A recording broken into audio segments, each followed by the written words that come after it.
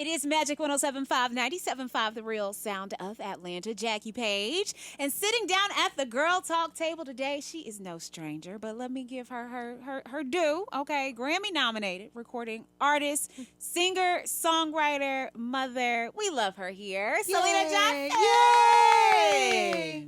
How are you? I am amazing. So happy to have you sitting down again at the Girl Talk table. Yes. Love you here. Black Balloon is out. We are playing it. We are loving it. Thank This you is so off much. your upcoming album, right? That is correct. Off of the upcoming Legacy album that's coming this year. Tell us about the Legacy album that is coming. So the Legacy album is the album that I'm kind of honoring my dad and my uncle actually as well.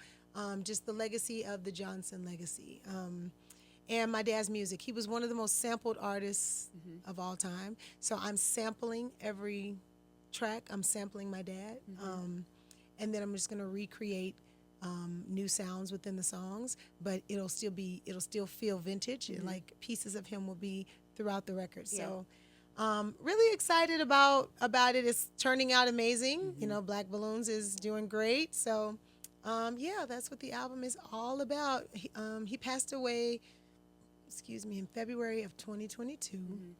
And that's when I went into the studio shortly after that and just started recording music to kind of heal from that as well, too. So hopefully this will reignite, his memory. Yeah, I was going to ask you, what was that process like? Because you said, you sampled a lot of his music, so it was like being with him again. What was that process like, sampling the music to put this project together? So ironically, when my dad passed away, I was in the process of building a studio in my home. And not like, just a mic and some speakers, but like a full-blown studio that you would see.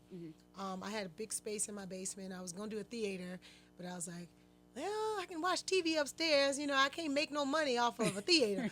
I said, so I created this studio, and it really just looks like a compound for my dad and I. So his guitar's in there, his ashes are in there, all of his plaques, a lot of his plaques are in there, along with my plaques and my stuff. So it's just like it's a space that's just me and him. And so that's where I'm recording out of it to kind of channel my dad's energy. Yeah. As a child, I didn't really understand how great he was as an entertainer and an artist because I was very small. Yeah. It wasn't until later in my life that I saw him, perform live, obviously, and just see recordings of my dad. He's been on Soul Train 1,000 times. He was great friends with Don Cornelius.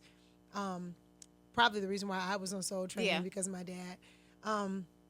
So I just feel like it's a way for me to kind of really connect with him vocally and lyrically, which is something I really hadn't been able to do in the hustle and bustle of my own singing career. So this is a way for me to be able to kind of go back and do what I really wanted to do, or get close to my dad. I didn't get to get close to him enough. So through the music, I feel like I can get close to him. What advice would you give somebody that is dealing with grief? It is Mental Health Awareness Month, so I think it is very important to talk about that because a lot of people are dealing with grief. And grief of the loss of a parent, because that's difficult. That's hard. I would, my advice would be to give yourself grace, and it's okay to not be okay. However long it takes is however long it takes. And you need to surround yourself around people that understand that, And if you have days where you're okay, sit in those days and be okay. Don't feel guilty about being okay. And I just say, just be true to the process of grieving. Seek therapy, but definitely give yourself grace. Give yourself time. Be patient with yourself. Don't allow yourself to feel guilty for being sad for long periods of time or not wanting to do nothing, going through a depression. Like, be okay with not being okay.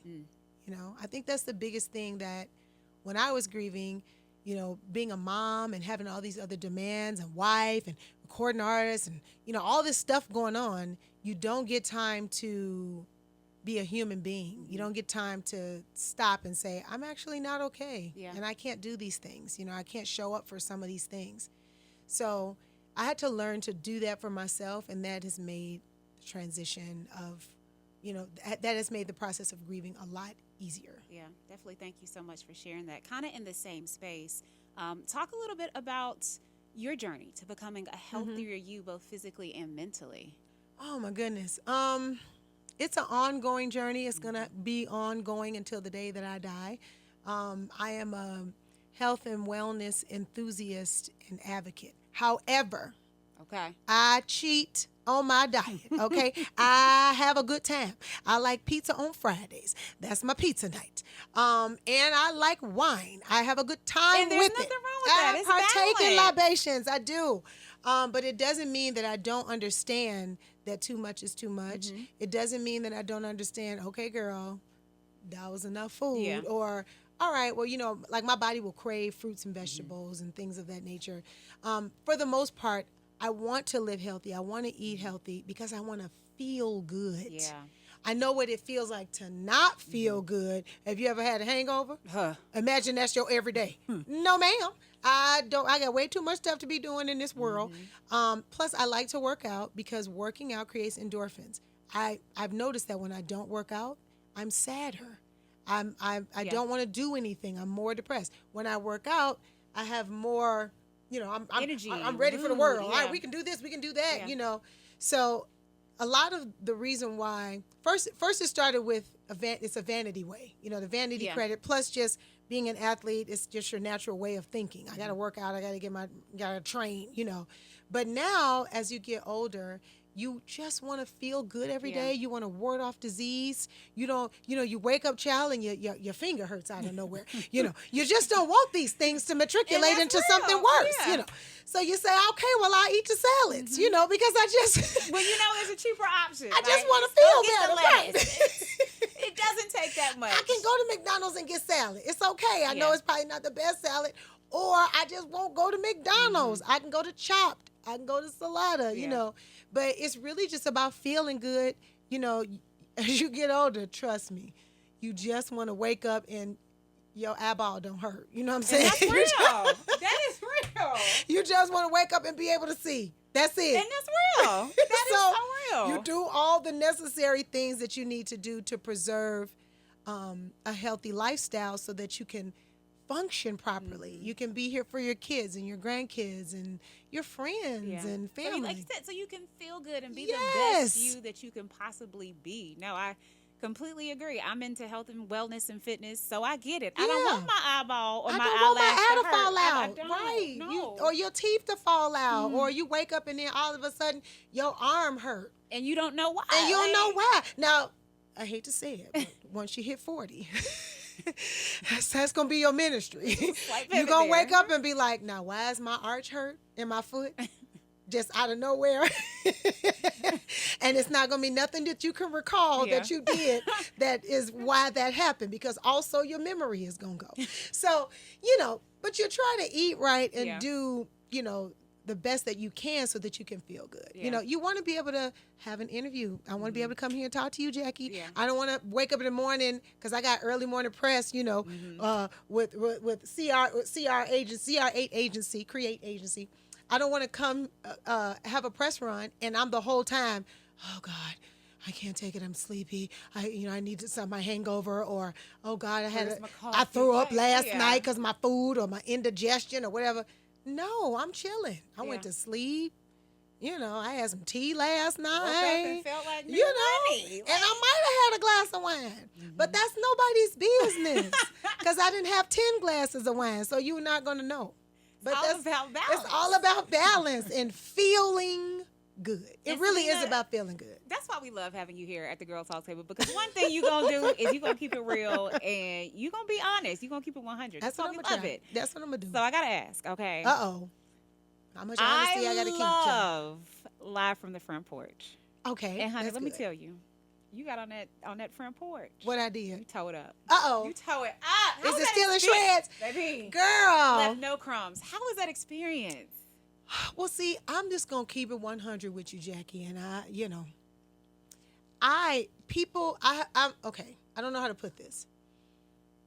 I have not yet been, I'm in R&B, right? So we don't have, R&B is not a big, massive genre right now. So we do a lot of smaller venues, right? So we have a very niche fan base. Now we do theaters too, Yeah. but we have a niche fan base, and you don't see a lot of R&B artists on television like you should.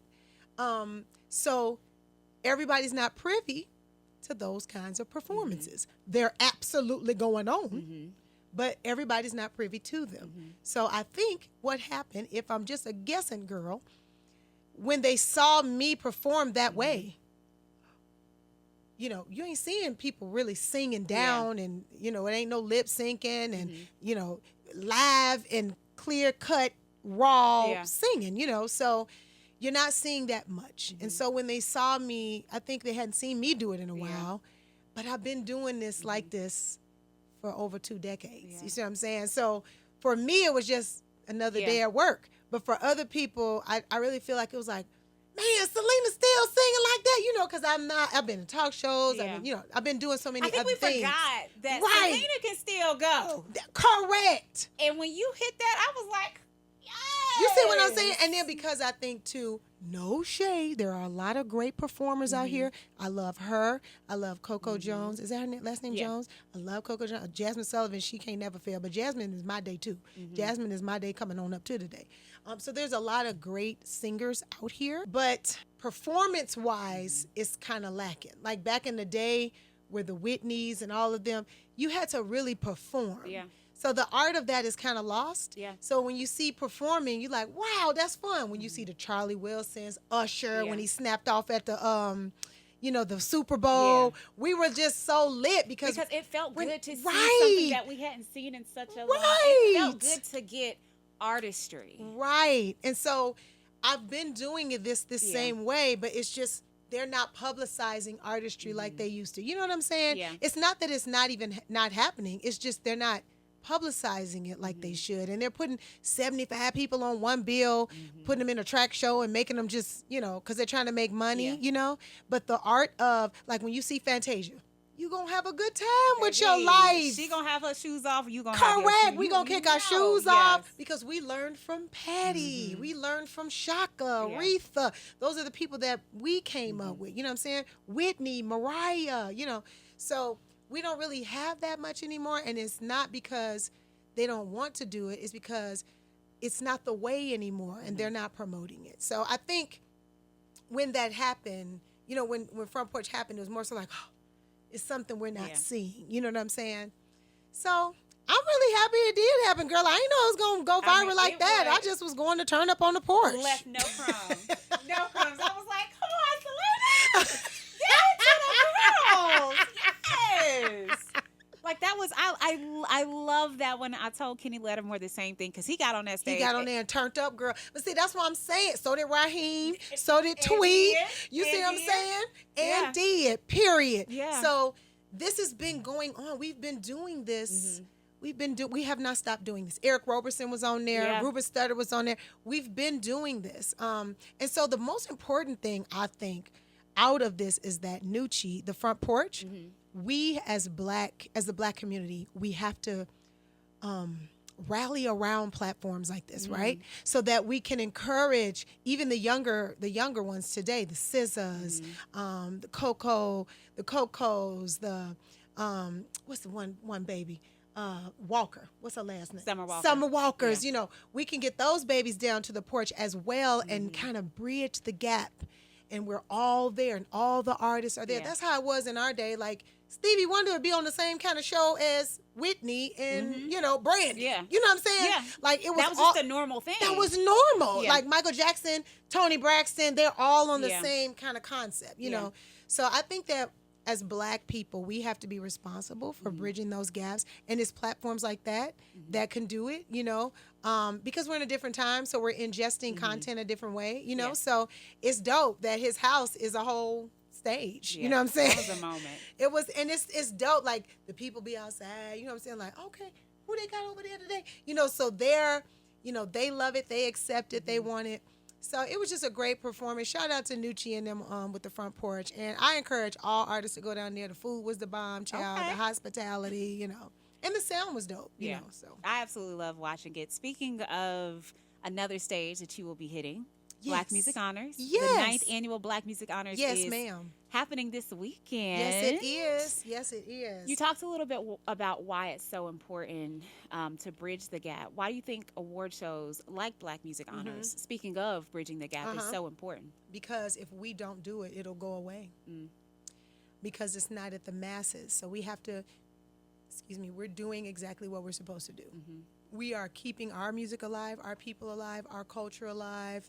And you just have to, you got to give people their flowers while they're here. Why do we have to wait till people are gone to really celebrate people? And I love Black Music Honors because that's exactly what it's doing. It gives people their flowers while they're here. And artists that you might not know did all of these things, you know. Like we're honoring, Black Music Honors this year is honoring Patrice Rushen. That's my day. Okay, then Patrice Rushen was, okay. And then, Bootsy Collins. A lot of young people, again, that bridges the gap. That lets the younger generation understand who Bootsy Collins was. Then there's, who else? Hezekiah Walker, gospel. Gospel music is part of, if not the springboard of Black music. You're right. Okay, then the Lord and singing is the springboard of Black music because it was from there that birthed rhythm and blues, you know what I'm saying? And country and all the rest of this music that you hear today. Right. So, we honor Hezekiah Walker, we're honoring Johnny Gill. So I just think that, it's important that we do these things because if nobody else does them, we will always have, our own. We will always be able to look to our own.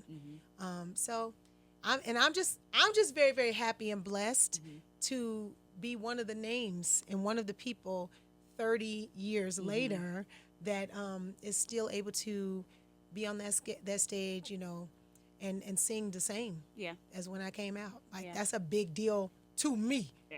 If I'm gonna give my own self a flower, that's a flower. That's the flower I'm gonna give. That's a big one to give. I'm gonna say, girl, you did your thing right there with being able to still sound the same and singing. That's a big flower because let's be clear, not everybody can do It's not happening. It's not happening everywhere. Who are you excited to see on the show or come to the show? I know you're excited to actually be on the stage, but I'm always interested to see as an artist, like who are you excited to see? Well, I read that Kim Burrell was going to be performing. Ooh. And if that happens, I'm going to be all ears. I'm going to act a fool and decide either if I'm on backstage or where I don't know where I'm going to be. But I love me some Kim Burrell singing. My God, today. And any type of gospel singing that happens, I'm going to be somewhere on the side of the stage. I got to win that Donald Lawrence would be there. Love that Chicago. I do too. Honey. Let me tell you something. And you never know who he bring out, And if he bring out anybody like a Leandria or somebody, it's over. I'm just going to faint down to the audience. So it's so many great artists. Chrisette, my girl Chrisette, my soror. She's performing. But myself, I'll be taking the stage with Carl Thomas and Dave Hollister for a very special performance. So I'm excited about that.